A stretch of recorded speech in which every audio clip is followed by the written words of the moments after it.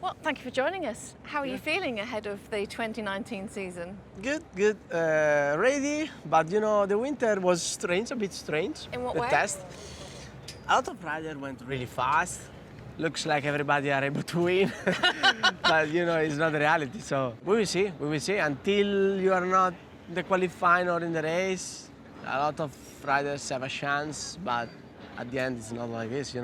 We always think that you keep your cards quite close to your chest during testing. But do you think that Ducati this year have given you a bike that you can win on? It's impossible to know. Also because I think the competitor work a lot, but I don't know how much. Like I told you before, just the race really can show the reality. When you see the pace of most of the riders, we are in 4, 5 tenths. It's strange. And the lap time of everybody at the end of the 3 days is really fast. So impossible to really analyze and understand who is in a better situation. But do you think we might see more race winners this year then? Different race winners? I think so, but more than the race winner is more about, it's not easy to stay always on the podium. Right. I hope it will be not like this, but I think the level is very high because I think Ducati, Honda, Suzuki and Yamaha, the level of the bike are very, very, the bike are different, but the level are very, very close. Yeah. Were you surprised at Suzuki actually in the test? I'm not too surprised because the last part of the season of last year, he was so strong, and it's the second year in MotoGP. So this means he have a margin for sure to improve his potential and the potential of Suzuki. So I'm not surprised, and I already say that before the Malaysia test. I think Rins is able to fight for the championship. We will see it during the season. And I want to ask you about your position in Ducati, because obviously the garage has changed now. And how has the dynamic changed with Danilo coming in? Yeah, it's different. Jorge came here to win the title, and there was a big effort for him, and it's normal. The approach, it was different.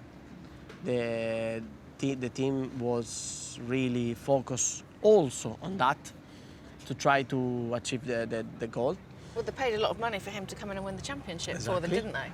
Exactly. So, but we are in a different situation.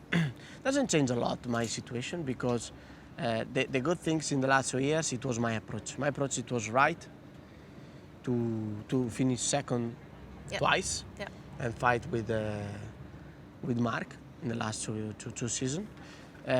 So I was focused on me, and that was one of the key to make an improvement and be able to really fight for the championship, what in the past in MotoGP I never did it. And be able to be in front of Jorge, it was one of the targets for sure. This season is different, but it's not too different, because the goal is to win the championship. When you are in a factory team, you have to fight for the championship. But can I ask you about the dynamic between you and Danilo? Do you feel as though, is Danilo in a supportive role to you, is it a more traditional 1-2, and you're the number one rider, and he's not expected to win the championship this year, is he? I think the story is different. On the paper, everybody speaking one way, but the reality is always different. And with Danilo, for sure, he came without any championship and any victory, so nobody expect him very strong, but I think it will be a big, really different. Yeah. Because at home we work a little bit together, and just when you work close to the people, to the riders, you can understand exactly some details, some characteristics. Because he's moved closer to you, didn't he, in the winter? In the same city. So you've been working together? A little bit, not on everything, but in a lot of things. And I saw from him a really big potential. I think the people didn't see that, and I think he is able to make something very important. And I think he can start, especially in Qatar, to fight for the victory. Wow, okay. And after, everything can happen, we will see. Is one of the problems, or is the main problem with the Ducati still the corner speed? Yes. So is there any such thing as a perfect bike? Doesn't exist the perfect bike, unfortunately. We know our characteristic, we know our bad point, but if you wanna really bring the maximum from the bike, you have to adapt, use the best potential of the bike, and try to manage the negative part of the bike. So you have to accept that there is a problem with the mid corner, and that's it, and Yes, concentrate yes. on the bits that it does well. The approach of the negative part is really important. Affect a lot in the way you are able to work during the weekend, during the test, and affect a lot the final result.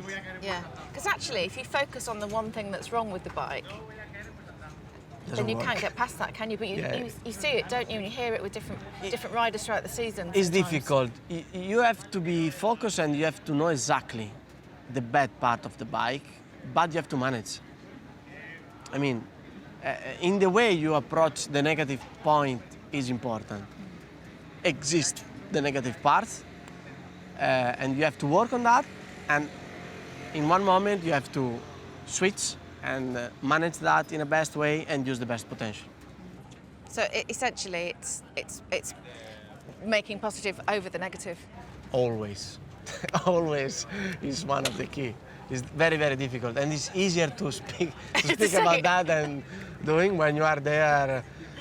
You really live in a bad way that moment, but there is a big margin to approach that in a better way. Or maybe that's the key to winning the World Championship this year. I hope so.